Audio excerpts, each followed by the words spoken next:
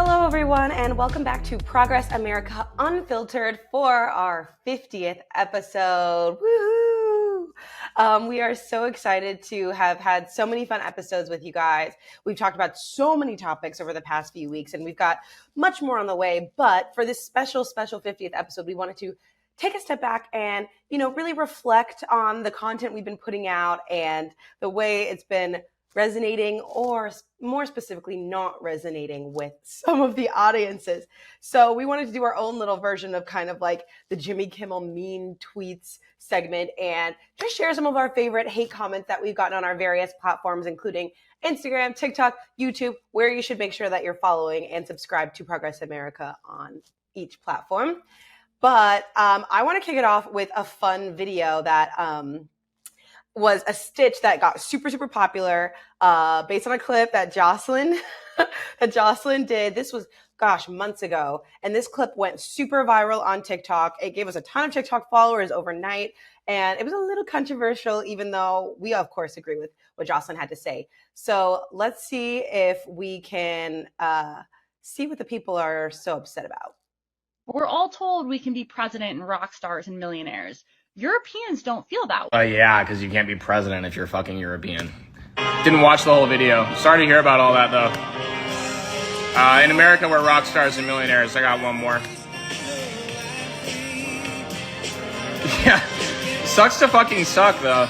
All right, that wasn't too bad. I just watched that the first time with you guys, and I don't know how to tell this guy that, like, America is the poorest rich country in the world. We have more poor people than any wealthy superpower in the world. It's kind of a bummer, honestly. I'm sorry, but that video is hilarious. Rhett, I want to hear your thoughts, but my favorite thing about this video is that, I think it's the most American thing ever that he didn't watch the whole video for the context of that 15-second clip. And was like, yes, we can't be president and rock stars. Obviously, this guy's a comedian on TikTok and Instagram, so that was the point. But I love that. Rhett, what are your thoughts? Yeah, I think that's going to be the trend throughout this entire review, is that there's going to be no arguments with any of the facts that we're saying, no arguments with the content of what we say, but there's just going to be little bits and pieces that these hate comments, these response videos take and run with. And they give us absolutely nothing? Yeah. I actually have to say how flattered I am that this person and hundreds of commenters clearly don't understand that I am an American criticizing America, despite my very American personality and accent. And back to Tyler's point, it's the most American thing ever to assume that the only reason you would criticize the U.S. is that you are not from here, which is kind of the problem we're talking about. Yeah, it was just hilarious. And, so grateful for that clip, Jocelyn, and for the things you said in that episode. If you guys don't remember, it was an episode, I think, from a while back where we were talking about the Netherlands and probably fascism and some other stuff. And, comparing our way of life. Maybe that was even the French episode. But either way, love that. Go back through our video so you can watch it. But I want to see what other fun stuff you guys have dug up. So Rhett or Jocelyn, do one of you want to have the next round of fun little reactions to our videos? Yeah, I can go next because I just found this one right before we started filming. I already had a few lined up, but this one quickly fell into the ranks of what I thought was the funniest, funny, weird, not funny, haha comment.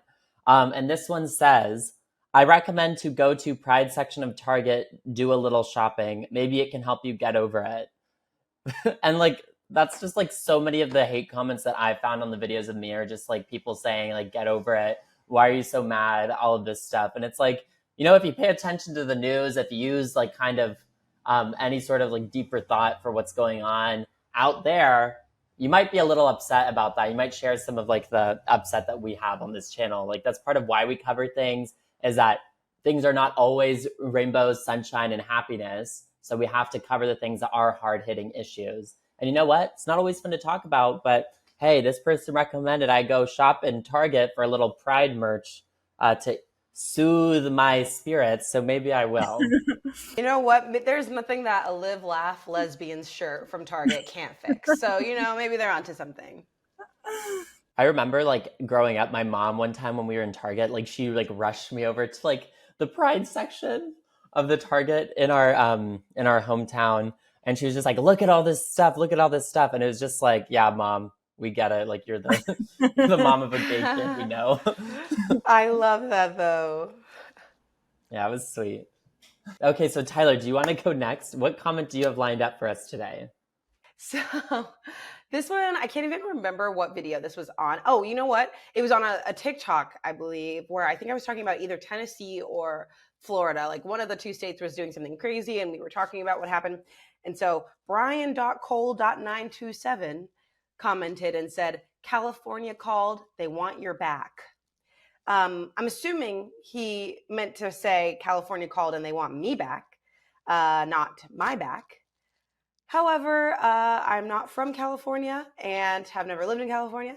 So I don't necessarily, grammatical errors aside, I thought this was just such a silly, funny comment and so indicative of how so many right-wing people think. Because guess what, y'all? I grew up in the South. I grew up in Charleston, South Carolina. So, I'm about as Southern as it gets. So it's pretty funny that these comments are from people who assume that I'm some kind of coastal West Coast liberal, when in fact, I'm a Southern girl. I love this trend of like, if you have any progressive tendencies, clearly you are from San Francisco or France. The only places that progressives live, like. That's the only option. Yeah, like, The please only be so option. real. Also, what terrible places to be from. I mean, that's also funny. Like, Yeah, Tyler, if you want to come join me in San Francisco, you are more than welcome to. Same for you, Jocelyn. thank you. And maybe I should. Brian says that California has my back, so maybe I should go. Oh. But yeah, like, make sure you guys use spell check and autocorrect when you're leaving random comments, which we'll get to that thesis statement at the end. But Jocelyn, I want to hear if you have anything. Okay, but like all of mine are the same sort of thing. So on this show, I talk a lot about the different approaches that Europeans and Americans have taken to Western fascism. Not that all of them have been correct. And, a lot of people have taken that to mean that clearly I am from Europe, because criticizing this country at all means you have no patriotism, even though what I would say is that if you love America, you want her to be better. Europeans lecturing modern Americans when they don't even have HVAC systems.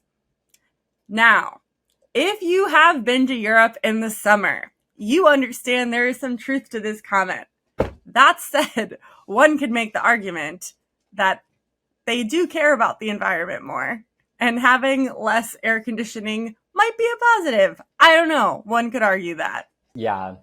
This is just one of those that just goes over my head a little bit, because it's like the leaps that people go to write these hate comments is just so wild. Like, I mean, I actually like funny though. Like, I'm like kind of intrigued by like this defensive, like weird manic patriotism. Totally. Yeah. I mean, I will say this, and this is like something that I joke about with my friends a lot. Like, I went to Europe this summer as well. So did you, Jocelyn. And one thing that I joked is like, I'm never prouder to be an American than when I'm in Europe and I hear Europeans saying bad things about America. And I also always joke that like, America is terrible when you're not in America, except for when you want ice water or like central air conditioning in every building and things like that. So I do think that's kind of hilarious, but still obviously not the point. And I think that, I would trade central air for, I don't know, free healthcare probably any day. But that's just me. Well, and also like, again, because there are hundreds like this, I think the really interesting thing, Americans, generally non-patriotic Americans, when Europeans start talking, and then there were like a million flag and gun emojis. Like, why does patriotism mean you don't want to make your country better? That's like the central premise that's fascinating to me, because I feel like if I were French, I would be more critical of France, because I would be wanting the French Republic to be all it could be. But yes, I find that compelling. Agreed. Well, let's see. I think we have time for a couple more. So, Rhett, do you want to do one? And then I might have one more to close us out. Yeah, so this one is a series of two. Okay, so it's just like this one video I post or video of me that we posted got a bunch of little hate comments on it. Some talking about my appearance, and then a few comments saying for me to chill out and have a Bud Light. And I didn't understand what that meant, but I believe that's like them riffing off of like the transphobic hate that Dylan Mulvaney received for the partnership with Bud Light. Um, yeah, like these things again just like go to great lengths to try to be offensive and cruel and all of that. And another few comments like this one's from T. Arnold Smith says, "Back off the pharmaceuticals, quote unquote, dude." And I'm like, what does this mean? Like, who would like of anybody out there? Like, who does that come to in the mind? That's like, this is the first thing I'm going to think of when I'm trying to like insult somebody. Like, I just cannot understand that. I also think, and this is something that we talked about in the planning of this episode, that I think now is a perfect time to bring up as we're wrapping it up. It's a certain type of person who leaves kind of any comment on a video online, but especially a hate comment. Like, genuinely, for the people watching this right now, I really want you to think, when is the last time you left like a really negative comment to somebody online? And like, how did that make you feel? Like, did you feel really great? Did you feel really proud of yourself? Did you feel like you were screaming into a void?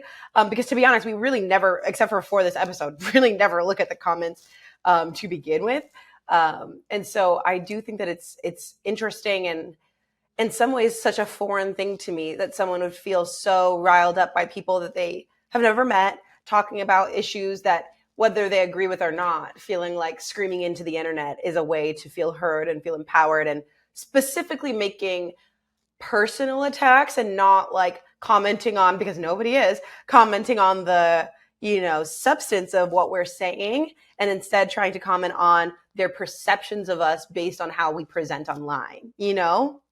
Yeah, and like I know that these are very funny to us, so please by all means keep them coming, but it does get like a lot less funny when you think about the legitimately heinous things people will say to each other, who I think, because of the way our minds work, if we see someone on TikTok, especially if a video has like a lot of views, where like they suddenly have this like power, right? Like they're a person speaking to us, so we feel we can attack them. But it's like, look, we all have social media platforms at our disposal. Like, you're not attacking like celebrities or spokespersons. You're attacking like real people, real like normal people who probably have a lot of the struggles that a lot of us have in this incredibly expensive and dangerous and stressful time in history.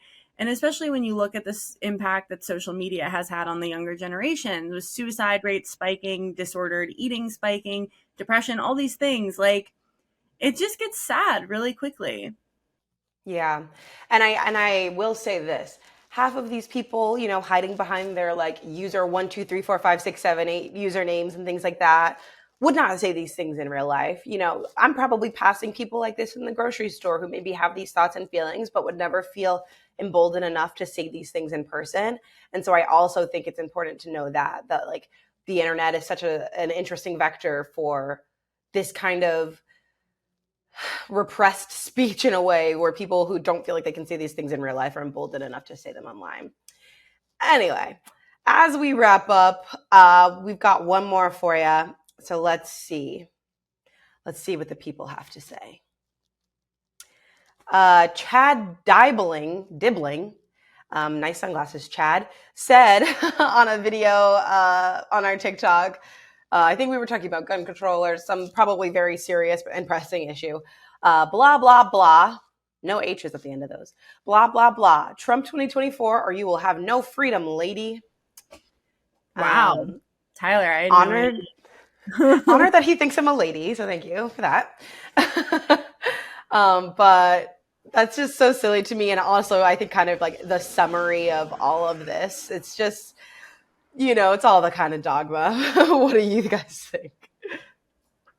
I mean, I think, I was literally just listening to a podcast about Trump supporters before we got on. And it's like, They are like religious cult fanatics. I have no idea what you were talking about, Tyler, but I wouldn't be shocked if it had very little to do with Trump at all. I don't think it had anything to do with Trump. Like, I can't remember the video I pulled it from. I can go back and look, but I'm pretty sure that video was like not about Trump at all. Trump supporters are like a freshman in high school who's having their first girlfriend or boyfriend and like brings everything back to like Brandon said, like Brandon and I were hanging out the other day, except with a presidential candidate. And it's very, very strange. I've noticed that too. Like a common thread on a lot of these hate comments are just them bringing Donald Trump into absolutely everything. And just like the absolute love, devotion, and following of Donald Trump, like, is so wild. And it kind of, like, to help myself contextualize this, like a little bit of like how they're so obsessive. I just like, I don't know. I just can't really understand it beyond anything that's just so innate to TikTok and Instagram. It's like, these are things that people are thinking of in their head, but they're plugging them into the comments of these videos whenever they get a chance. It's so freaky. Yeah. Well, and I think like... Oh, no. Go ahead, Jocelyn. No, you go. Well, I was just going to say, at the end of the day, I do think it shows the way that the Republican Party has turned into a cult of personality. Like, vote Democrat, I align with Democratic values, but like, I'm not hanging my like sense of self on, what Joe Biden does every day. Like, he is not integral to my daily life. He is just the current president who represents the party. But like, it is so clear that Donald Trump has become an integral part of people's identities. And that's really interesting, because when you threaten people's identities, that is when you get the hate and the vitriol and the fear and the violence that we've seen from the party as of late, because it's not just about a political belief. It's not about any policy or any kind of, change that they want to see. It's about, who am I as a person, and are you threatening my very existence, Well, and I mean, as we talk about a lot on here, right? It's like, the more fractured and stressful your life is, the more likely you are to make like religion or a candidate or something like that intrinsic to you. Versus when your life is doing pretty well, you're like, yeah, like that's just a candidate I vote for. It's not me.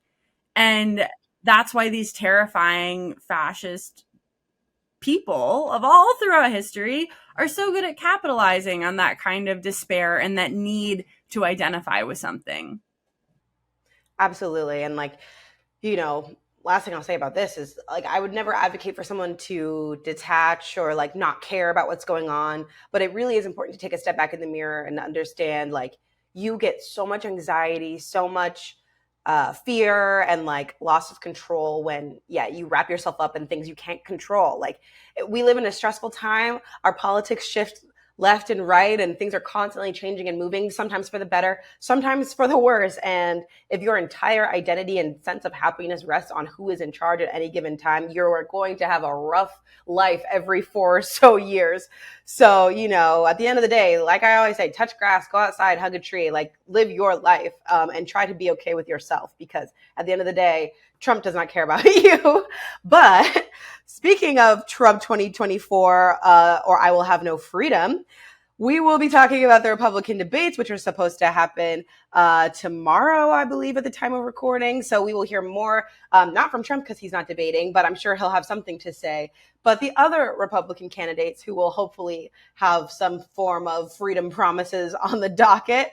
But that was a fun wrap up. I'm so happy we've had 50 episodes. I'm happy to have done so many of these 50 episodes with both of you, Rhett and Jocelyn. Any last words before we sign off on episode 50? No, I'm just so grateful to be a part of this crew. Absolutely. Same here. And I hope you both do something nice for yourself after we reviewed all these hate comments. I for sure am going to take a few minutes off of scrolling TikTok and Instagram just to, get some fresh air outside, as I wish so many of these hate commenters would do from time to time. I just wish these comments got me like dual citizenship. That's what I want. Yeah, absolutely. Well, don't let the haters get you down. We're going to have a good time. We'll see you guys for episode 51 and beyond. And I hope you'll follow us. Leave positive comments to counteract the hate comments on our TikTok, Twitter, Instagram, YouTube, and we will see you next time at Progress America Unfiltered. Goodbye.